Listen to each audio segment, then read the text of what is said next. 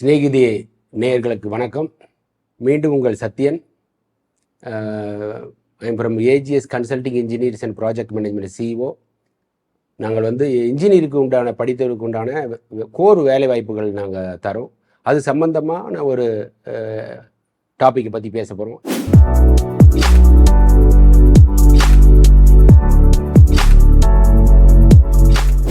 ஏற்கனவே நிறைய பேசியிருக்கோம். நல்ல வரவேற்பு நேரடிட்ட இருந்தது. நிறைய ஸ்டூடெண்ட்ஸு பேரண்ட்ஸ் எல்லாம், சார் இது மாதிரி வேலை வாய்ப்புகள் இருக்கிறது எங்களுக்கு தெரியவே தெரியாது, இன்ஜினியரிங் படித்தா வேலை இல்லைன்னு சொல்லக்கூடிய இந்த காலகட்டத்தில் 100% வேலை வாய்ப்பு கிடைக்குதுன்றதை பற்றி நீங்கள் ஆணித்தரமாக ஒரு போல்டாக பேசுகிறதும் உங்களுடைய அனுபவத்தை பகிர்வதும் எங்களுக்கு ஊக்கமாக இருக்குது. இது மாதிரி சில காலேஜஸ்லேருந்து கூட எனக்கு பேசுனாங்க, சார் நல்ல ஒரு டாப்பிக்கை நீங்கள் ரைஸ் பண்ணியிருக்கீங்க, எங்கள் ஸ்டூடெண்ட்ஸுக்கு இது ரொம்ப யூஸ்ஃபுல்லாக இருக்குது. இப்போ இன்ஜினியர்ஸுக்கு படித்தா நம்ம என்ன பண்ண போகிறோன்றது ஒரு கேள்வியாகவும், நிறைய வேலைவாய்ப்புகளில் இருக்கிற மாதிரி ஒரு மாயை தான் இருக்குது, ரியாலிட்டியில் இல்லைன்ற சொல்லிட்டு இருந்தாங்க. அதை எதிர்த்து நான் சொல்கிறேன், நிறைய வேலைவாய்ப்புகள் கொட்டி கிடக்குது. நம்ம ஒரு வேறு மாதிரியான ஒரு டாப்பிக்கை எல்லாருமே பேசி ஒரு கோர் டிசைனை நம்ம மிஸ் பண்ணிடுறோன்றதுக்காக நான் இதை முன்னெடுத்து இது மக்கள் மத்தியிலையும் காலேஜஸ்லையும் ஸ்டூடெண்ட்ஸுக்குலையும் நிறைய காலேஜில் நான் பேசிட்டு வரேன். இப்போது ஒரு கோர்ஸ் எப்படி செலக்ட் பண்ணுறாங்க, அது எப்படி ஜாபாக கன்வெர்ட் ஆகுது அப்படின்றதுக்கு உண்டான சில டாப்பிக்கை கடந்த ஒரு 6 மாதத்துக்கு முன்னாடியே நான் இதை பற்றி பேசியிருக்கேன். அதிலிருந்து சிலதை கொஞ்சம் மாறுபட்டு கொஞ்சம் ப்ராக்டிகாலிட்டியோட சில பேருடைய டவுட்டையும் நான் கிளியர் பண்ணுற மாதிரியான என்னுடைய என்னுடைய பகிர்வு அனுபவங்கள் இப்போ நான் ஷேர் பண்ண போகிறேன்.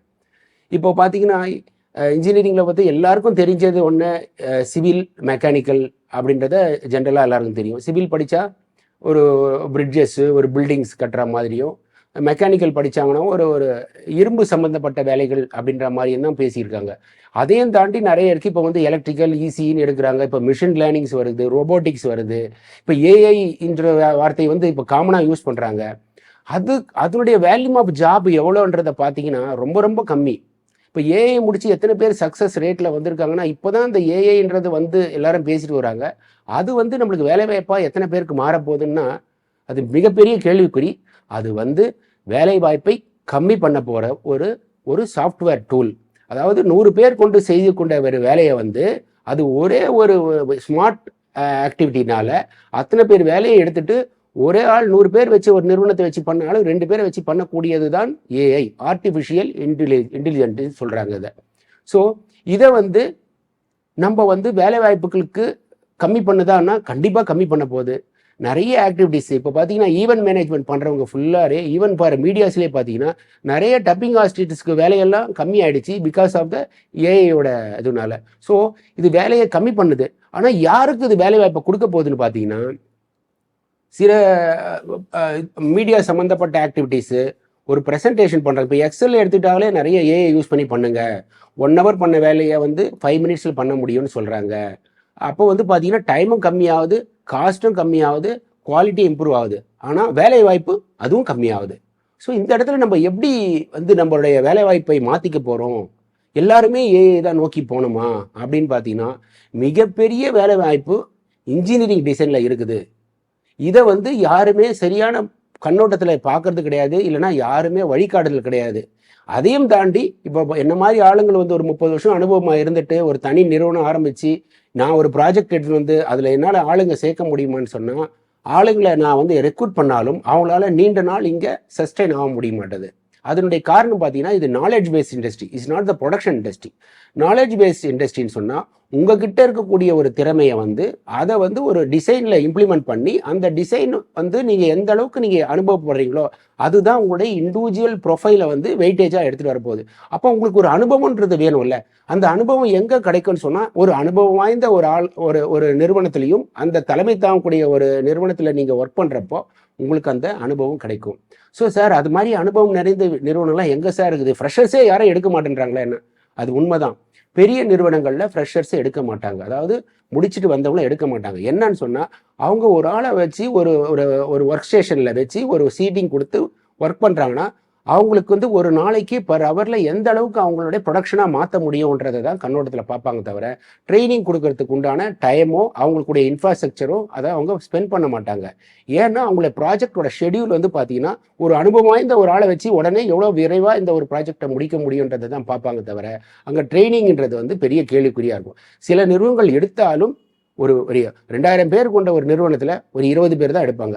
அந்த 20 பேர் மட்டுமே உங்களுக்கு போதுமா? நம்ம வந்து வெளியில் வரது பார்த்தீங்கன்னா ஒரு 3-4 லட்சம் இன்ஜினியர்ஸ் வெளியில் வராங்க. 20 பேர் வச்சுட்டு என்ன பண்ண முடியும்? அதில் இந்த 3 லட்சம் இன்ஜினியர் ஒரு இன்ஜினியர்ஸாகவே போகிறாங்களா கோர்லன்னா அதில் பெரிய கொஸ்டின் மார்க். ஒரு 300 பேர் தான் கோர் டிசைனுக்கு வருவாங்க. ஸோ அந்த ஒரு 300 பேர் தான் இனி வரக்கூடிய ஒரு இன்ஜினியரிங் கட்டமைப்பை பாதுகாக்கக்கூடிய ஒரு ஆளுங்க. முதல்லாம் பார்த்தீங்கன்னா கல்ஃபில் வேலை செஞ்ச அத்தனை ஆட்களும் பார்த்தீங்கன்னா நம்மளது தென் தமிழகத்தை சேர்ந்தவங்க, குறிப்பாக கேரளாவும் தமிழகத்தையும் சேர்ந்தவங்க. அங்கே உயர் பதவியில் இருந்தவங்களும் பார்த்தீங்கன்னா தமிழகத்தை சேர்ந்தவங்க. இன்றைக்கி வளைகுடாவில் நம்ம துபாய் அபுதாபிலாம் பேசுகிறப்போ அங்கே ஒரு 30 வருஷத்துக்கு முன்னாடி உண்டான இன்ஜினியர்ஸ் எல்லாம் பார்த்தீங்கன்னா நம்மளுடைய தமிழகத்தை சார்ந்தவர்களும் கேரளத்தை சார்ந்த ஒரு இன்ஜினியர்ஸாக இருந்தாங்க. அவங்கெல்லாம் தான் இன்றைக்கி ஒரு மிகப்பெரிய ஒரு அனுபவம் வாய்ந்த இன்ஜினியராக இன்னும் இருந்து சிறு நிறுவனங்களை என்ன மாதிரி நடத்துகிறாங்க, ஒரு பெரிய நிறுவனத்தில் பதவியில் இருக்காங்க. அவங்க வந்து சில பேரை எடுத்து வச்சு ட்ரெயின் பண்ணி கொடுக்குறாங்க. அதில் தான் சில இதெல்லாம் ஓடிட்டு இருக்கு. ஆனால் இது வந்து மிகப்பெரிய இன்ஜினியரிங் ரிசோர்ஸ் ஷார்ட்டேஜாக வந்து போகுது அப்படின்றத நான் வந்து 2 வருஷத்துக்கு முன்னாடியே நான் அலர்ட் பண்ணிட்டு இருந்தேன். இன்னைக்கு எல்லாருக்குமே ப்ராஜெக்ட்ஸ் இருக்குது, ஆனால் ஒர்க் பண்ணக்கூடிய அளவுக்கு உண்டான அனுபவம் வாய்ந்த இன்ஜினியர்ஸ் இல்லை.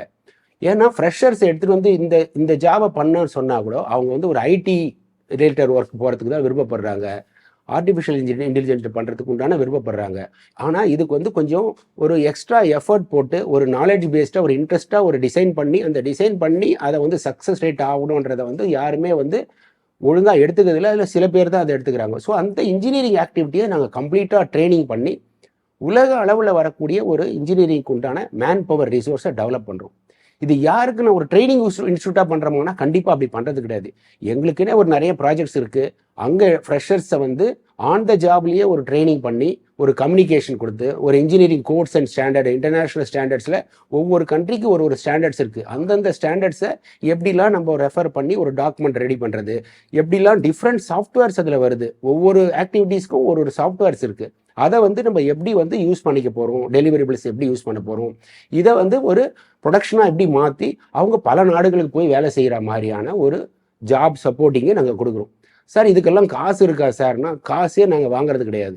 நான் கேட்குற ஒரே ஒரு கண்டிஷன், ஒரு ஃப்ரெஷ் இன்ஜினியர்ஸு இந்த அளவுக்கு உண்டான ஒரு ட்ரைனிங்கோ இல்லைனா ஒரு 9 to 5 உட்கார்ந்து வேலை செய்யக்கூடிய அளவுக்கு ஒரு சாதாரண ஒரு இன்ஜினியர் தான் எதிர்பார்க்குறோம். ஒரு மினிமம் டிசிப்ளின், ஒரு லீவ் போடாமல் வாங்க, ஒரு ஆக்டிவிட்டியை நாங்கள் கற்றுத்தரோம். அதில் கற்றுக்கிட்டு ஒரு 2 வருஷம் இவங்க கூட பயணிச்சாங்கன்னா ஒரு 15 வருஷம் இன்ஜினியராக கூட ஒரு 2 வருஷத்தில் மாற்ற முடியும். ஏன்னா அந்த அளவுக்கு உண்டான ஸ்டஃப் எங்களால் கொடுக்க முடியும். ஒரு ஸ்மார்ட் திங்கிங் இருந்து சொல்கிறத கேட்டு பண்ணாங்கன்னா டிசிப்ளின் இருந்தாலே போதும். ஒரு உலக அளவில் நீங்கள் கடைசி வரைக்கும் ஒரு பெரிய கன்சல்டண்ட்டாக ஒரு மாற்ற முடிய ஒரு வேலையை தான் நாங்கள் பண்ணிகிட்டு இருக்கோம். இதுக்குண்டான ஆள்களை தான் நாங்கள் தேடிட்டு இருக்கோம். உங்களுக்கு விருப்பம் இருந்தால் இந்த எல்லாத்தையும் நான் பண்ண தயாராக இருக்கேன் சார், எனக்கு ஏதாவது வழி காட்டுங்க சார், நான் தயாராக இருக்கேன். என்னுடைய பேர் AG Sathyan, AGS consulting engineers and project management. அதுக்கு நிறைய நெட்வொர்க்கிங்லாம் இருக்குது. நம்ம அடுத்த செஷனில் பார்ப்போம். நன்றி.